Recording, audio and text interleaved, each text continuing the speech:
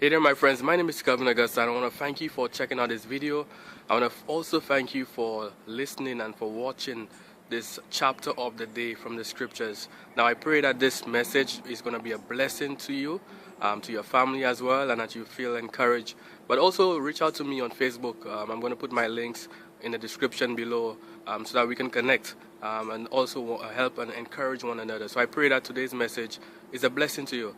And I look forward to connecting with you even more, and may God continue to bless you. Bye for now. 1 Samuel 20. Then David fled from Naioth in Ramah, and came and said before Jonathan, What have I done? What is my guilt? And what is my sin before your father, that he seeks my life? And he said to him, Far from it. You shall not die. Behold, my father does nothing, either great or small, without disclosing it to me. And why should my father hide this from me? It is not so. But David vowed again, saying, Your father knows well that I have found favor in your eyes, and he thinks, Do not let Jonathan know this, lest he be grieved. But truly, as the Lord lives, and as your soul lives, there is but a step between me and death. Then Jonathan said to David, Whatever you say, I will do for you. David said to Jonathan, Behold, tomorrow is the new moon, and I should not fail to sit at table with the king. But let me go, that I may hide myself in the field till the third day at evening.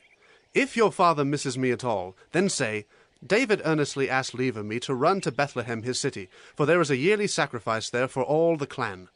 If he says, Good, it will be well with your servant. But if he is angry, then know that harm is determined by him. Therefore deal kindly with your servant, for you have brought your servant into a covenant of the Lord with you. But if there is guilt in me, kill me yourself, for why should you bring me to your father?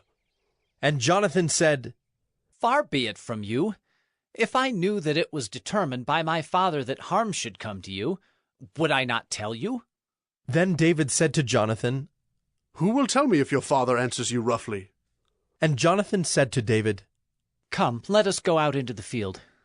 So they both went out into the field. And Jonathan said to David, The Lord, the God of Israel, be witness. When I have sounded out my father about this time tomorrow, or the third day, behold, if he is well disposed toward David, shall I not then send and disclose it to you? But should it please my father to do you harm, the Lord do so to Jonathan, and more also if I do not disclose it to you and send you away, that you may go in safety. May the Lord be with you, as he has been with my father. If I am still alive, show me the steadfast love of the Lord, that I may not die. And do not cut off your steadfast love from my house forever, when the Lord cuts off every one of the enemies of David from the face of the earth. And Jonathan made a covenant with the house of David, saying, May the Lord take vengeance on David's enemies. And Jonathan made David swear again by his love for him, for he loved him as he loved his own soul. Then Jonathan said to him, Tomorrow is the new moon, and you will be missed because your seat will be empty. On the third day, go down quickly to the place where you hid yourself when the matter was in hand, and remain beside the stone heap. And I will shoot 3 arrows to the side of it, as though I shot at a mark. And behold, I will send the young man, saying, Go, find the arrows. If I say to the young man, Look, the arrows are on this side of you, take them. Then you are to come, for as the Lord lives, it is safe for you, and there is no danger. But if I say to the youth, Look, the arrows are beyond you, then go, for the Lord has sent you away. And as for the matter of which you and I have spoken, behold, the Lord is between you and me forever. So David hid himself in the field. And when the new moon came, the king sat down to eat food. The king sat on his seat, as at other times, on the seat by the wall. Jonathan sat opposite, and Abner sat by Saul's side. But David's place was empty. Yet Saul did not say anything that day, for he thought, Something has happened to him. He is not clean. Surely he is not clean. But on the second day, the day after the new moon, David's place was empty. And Saul said to Jonathan his son, Why has not the son of Jesse come to the meal, either yesterday or today? Jonathan answered Saul, David earnestly asked leave of me to go to Bethlehem. He said, "Let me go, for our clan holds a sacrifice in the city, and my brother has commanded me to be there. So now if I have found favor in your eyes, let me get away and see my brothers." For this reason he has not come to the king's table. Then Saul's anger was kindled against Jonathan, and he said to him, You son of a perverse, rebellious woman, do I not know that you have chosen the son of Jesse to your own shame and to the shame of your mother's nakedness? For as long as the son of Jesse lives on the earth, neither you nor your kingdom shall be established. Therefore send and bring him to me, for he shall surely die. Then Jonathan answered Saul his father, Why should he be put to death? What has he done?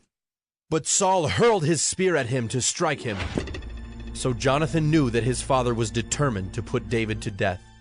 And Jonathan rose from the table in fierce anger and ate no food the second day of the month, for he was grieved for David, because his father had disgraced him.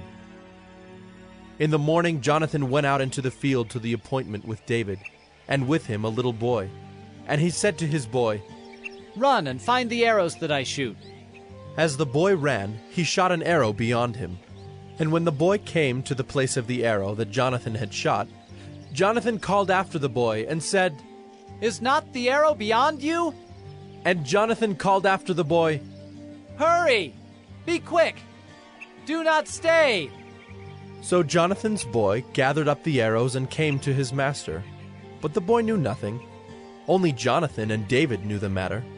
And Jonathan gave his weapons to his boy, and said to him, Go and carry them to the city. And as soon as the boy had gone, David rose from beside the stone heap, and fell on his face to the ground, and bowed 3 times. And they kissed one another and wept with one another, David weeping the most. Then Jonathan said to David, Go in peace, because we have sworn both of us in the name of the Lord, saying, The Lord shall be between me and you, and between my offspring and your offspring, forever. And he rose and departed, and Jonathan went into the city. Hey there, my friends. My name is Kelvin Augusta again.